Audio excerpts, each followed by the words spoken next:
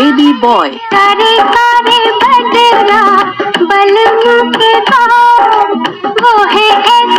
एक ऐसी सुपरस्टार अभिनेत्री जिसको परिवार की मजबूरी ने बना दिया हिंदी सिनेमा की टॉप की अभिनेत्री।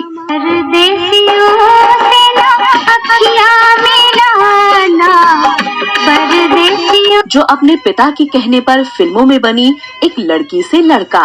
प्यार का नगमा है, मौजों की रवा। परिवार के पालन पोषण के लिए इन्होंने त्याग दिया था अपना बचपन और जवानी। इनको हिंदी सिनेमा ने बाल कलाकार रूप में नाम दिया बेबी बॉय। इनका कोल्हापुर से मुंबई तक का सफर था मुश्किलों से भरा हुआ। इनकी रियल लाइफ किसी हिंदी फिल्म से कम नहीं है और न चाहते हुए भी इन्हें बनना पड़ा बॉलीवुड की अभिनेत्री। इस अभिनेत्री ने 53 साल की उम्र में की सगाई और क्यों कुंवारी होने के बाद भी कैसे बनी रही 22 साल तक ये एक विधवा।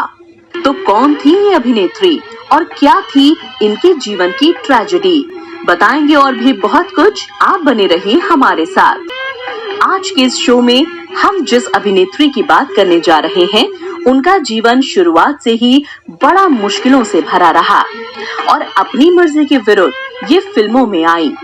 पिता की बात रखने के लिए जिन्होंने अपने लंबे बाल तक कटवाकर एक लड़के का रोल अदा किया और परिवार की जिम्मेदारी उठाने के चक्कर में भूल गयी अपना घर बसाना और मुश्किलों के दौर में किसी भी रिश्तेदार ने नहीं की इनकी मदद।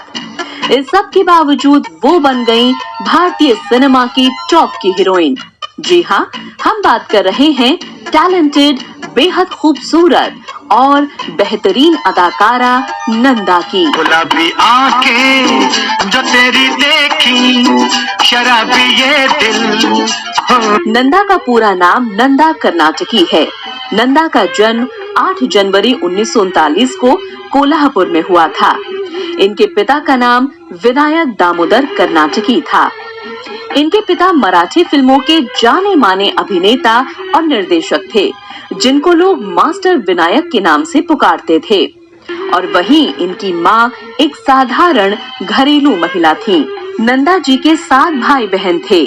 नंदा सबसे छोटी थी। नंदा जी अपनी माँ के बहुत करीब थी। नंदा जी ने महज 5 साल की उम्र में ही फिल्मों में अपना पहला कदम रखा था।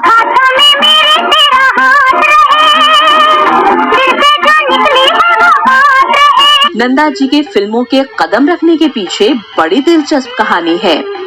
साल 1944 में जब नंदा जी 5 साल की थी, एक दिन जब वो स्कूल से घर लौटी तो उनके पिता ने कहा कि कल तुम रेडी रहना, तुम्हारी शूटिंग है और तुमको अपने ये बाल भी कटवाने हैं।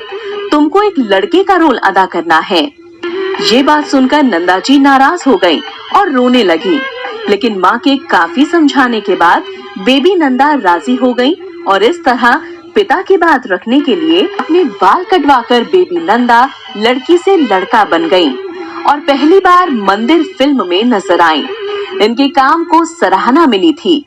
इस फिल्म के निर्देशक खुद नंदा जी के पिता विनायक दामोदर जी ही थे, लेकिन इसी फिल्म को बनाते वक्त नंदा जी के पिता का देहांत हो गया था। पिता के देहांत के बाद घर के हालात खराब होने लगे, लिहाजा बेबी नंदा घर को संभालने के लिए उनको फिल्मों में काम जारी रखना पड़ा और बचपन का खेल कूद का समय बेबी नंदा को फिल्म की शूटिंग में गुजारना पड़ा।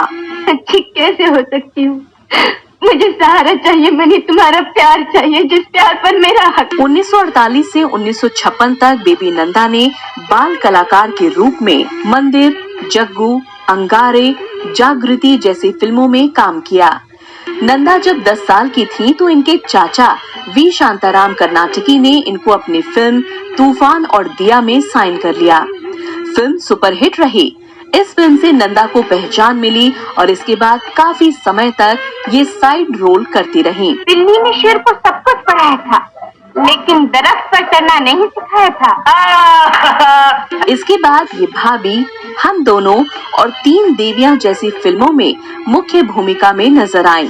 नंदा जी को सही पहचान मिली फिल्म हम दोनों से। इस फिल्म में इनके साथ एवरग्रीन सुपरस्टार देवानंद जी थे। फिल्म बॉक्स ऑफिस पर सुपरहिट रही और इस तरह नंदा जी बन गयी लेजेंडरी आर्टिस्ट। इसके बाद नंदा जी ने देव साहब के साथ काला बाजार नाम की फिल्म भी की थी। लिखा है तेरी आँखों में नंदा जी अपने दौर के देवानंद, बलराज साहनी, परीक्षित साहनी, राज कपूर, राजेंद्र कुमार, संजीव कुमार, विनोद मेहरा, नवीन निश्चल, शशि कपूर, राजेश खन्ना और जितेंद्र कपूर जैसे सभी दिग्गज हीरोज के साथ काम किया। जब शशि कपूर का फिल्मी सफर कुछ अच्छा नहीं चल रहा था, उनके साथ उस दौर की कोई भी हीरोइन काम नहीं करना चाहती थी, क्योंकि इनकी फिल्म फ्लॉप हो जाती थी। तो ऐसे में नंदा जी ही थीं जिन्होंने शशि कपूर के साथ काम करने के लिए हामी भर दी थी। लिहाजा इसका नतीजा ये हुआ कि इस कड़ी में इन दोनों की फिल्म जब जब फूल खिले सुपरहिट साबित हुई। इन दोनों की जोड़ी ने बॉक्स ऑफिस पर धमाल मचा दिया। इसी सफलता के चलते इन दोनों ने 9 फिल्में एक साथ की। शशि कपूर के फिल्मी सफर को संवारने वाली नंदा जी ही थीं। जब सभी हीरोइन ने उनके साथ काम करने से मना कर दिया था, तब नंदा जी ने शशि कपूर का साथ दिया था। यहाँ मैं अजनबी हूँ, यहाँ मैं अजनबी हूँ। नंदा जी ने अपने चेहरे की सादगी और मासूमियत को अभिनय की ताकत बनाया। नंदा जी रेडियो और स्टेज शोज में भी काम करने लगी थीं। दिनकर पाटिल की निर्देशित फिल्म कुल देवता के लिए नंदा जी को पूर्व प्रधानमंत्री जवाहरलाल नेहरू ने विशेष पुरस्कार से भी नवाजा था। नंदा जी ने 8 गुजराती फिल्मों में भी काम किया। फिल्मी जानकार बताते हैं कि नंदा की 1959 में आई फिल्म छोटी बहन में अंधी लड़की का दमदार किरदार निभाया था। उनके इस अभिनय को लोगों ने बहुत पसंद किया। इस फिल्म में निभाए रोल की वजह से उस दौरान लोगों ने नंदा को सैकड़ों राखियां भेजी। नंदा जी ने कई फिल्मों में हीरो की बहन की भूमिका निभाई, इसलिए लोग उनको छोटी बहन के नाम से भी जानने लगे थे। मेरे राखी के बंधन को निभाना, मेरे। इसके बाद नंदा ने इत्तेफाक, नया नशा, असलियत, जुर्म और सजा, प्रायश्चित जैसी फिल्मों में काम किया। ये फिल्म बॉक्स ऑफिस पर कुछ खास कमाल न दिखा सकी। नंदा ने गुमनाम जैसी हिट फिल्म में भी लीड हीरोइन के तौर पर काम किया था। इस फिल्म की कहानी आज भी लोगों की जुबान पर रहती है।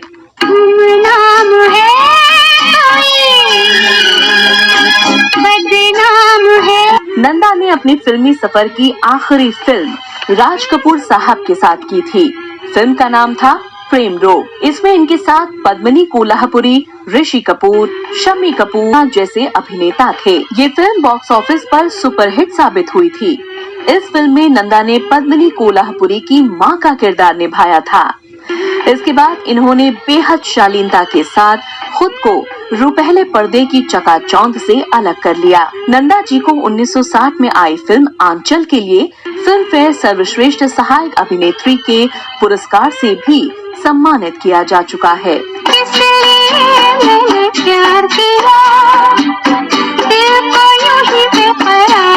अब बात करते हैं नंदा जी के निजी जीवन की। नंदा जी परिवार की जिम्मेदारियों को उठाने के चक्कर में कभी खुद के बारे में उन्हें सोचने का मौका ही नहीं मिला। बताया जाता है कि नंदा जी डायरेक्टर प्रोड्यूसर मनमोहन देसाई से प्यार करती थीं। बेहद शर्मीली नंदा ने कभी अपने दिल की बात मनमोहन देसाई को नहीं बताई। लिहाजा मनमोहन देसाई ने जीवन प्रभा नाम की एक महिला से शादी कर ली। मनमोहन की शादी के बाद नंदा जी तन्हाई और गुमनामी के अंधेरे में चली गईं और उधर मनमोहन भी अपने शादीशुदा जीवन में व्यस्त हो गए थे। लेकिन जीवन प्रभा जी का देहांत हो गया और मनमोहन अकेले रह गए। बताया जाता है कि मनमोहन भी नंदा जी को चाहते थे। वो उनके बहुत बड़े फैन थे। पत्नी की मौत के बाद मनमोहन ने अपने दिल की बात नंदा जी के सामने रखी। मनमोहन नंदा जी से शादी करना चाहते थे। उनके इस पैगाम को नंदा जी ने भी कबूल कर लिया। मनमोहन देसाई के इंतजार में नंदा जी 53 साल अकेले रहीं। सगाई के समय नंदा जी की उम्र 53 साल थी। 1992 में नंदा और मनमोहन ने आखिरकार सगाई रची थी। चली चली रे पतंग मेरी चली।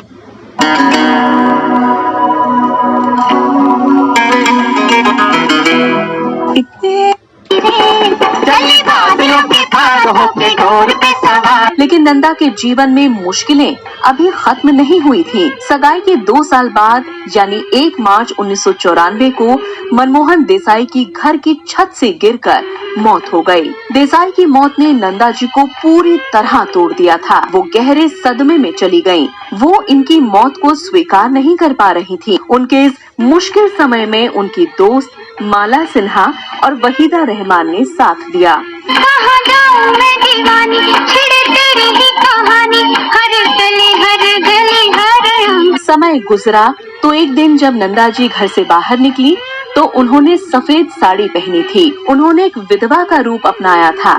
वो मनमोहन देसाई को बहुत प्यार करती थी और उनको ही अपना पति मान चुकी थी और दोबारा कभी शादी नहीं की। क्यों चले गए राजा? मैं तुझसे प्यार करती हूँ राजा। 25 मार्च 1914 को खाना बनाते समय दिल का दौरा पड़ने से नंदा जी का इंतकाल हो गया और वो इस दुनिया से अलविदा कह गईं। नंदा जी 22 साल तक एक विधवा के रूप में रहीं और वो इस दुनिया से कुंवारेपन में ही रुखसत हो गईं।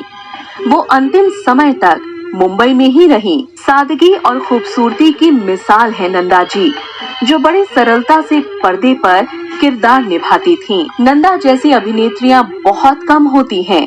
वो अपनी फिल्मों के जरिए सदा उनके चाहने वालों के दिलों पर राज करेंगी।